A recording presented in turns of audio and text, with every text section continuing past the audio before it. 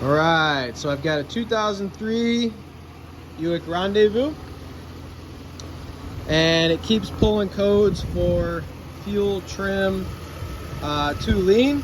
Check engine light comes up after you drive it for about 10 minutes. Anytime you clear it, it comes right back. Our short-term fuel trim is at 27. Long-term fuel trim is at 22. It's definitely running lean. Too much air. I can hear it hissing from this back corner over here. We do have a vacuum leak. Kind of a weird one, but I'll see if I can get a good view of it.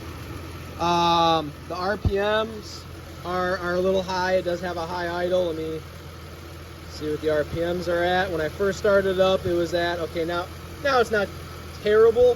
When I first started it up, it was at 1,500 RPMs for a while. Right now we're sitting about 800 to 900, which isn't horrible, but we definitely have an issue here. So I'm gonna go back to my fuel trim data.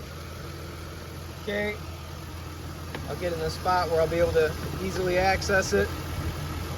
The way I'm gonna find this leak is I am using some brake cleaner. It is the flammable kind. Danger, extremely flammable. So I'm gonna be careful not to spray it on the exhaust manifolds. But a good way to find a vacuum leak that's not obvious, you know, like a cracked hose or you know, cracked fitting or something. A good way to find a random weird vacuum leak is to use some of that brake cleaner. The vacuum leak will pull that brake cleaner into the engine. It will burn it, and it will cause our fuel trims to go down or negative, to take away fuel to compensate for a rich mixture that we're creating with our brake cleaner. So I do hear some hissing back here. I'll try and zoom in on it.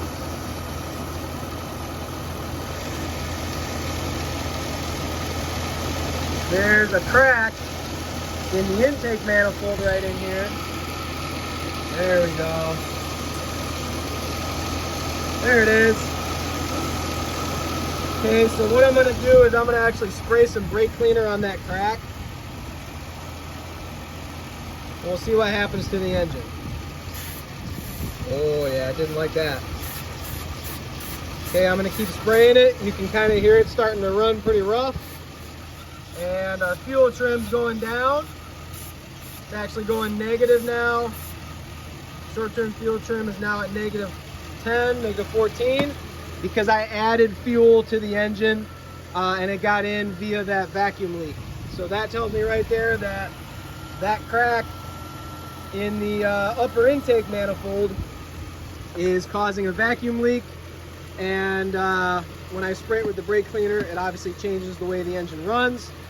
Fuel trims go down because we're now adding fuel to the engine in a spot where we're not really supposed to. So that's just one quick, easy way to figure out where a vacuum leak is coming from if you can't find it with a visual inspection.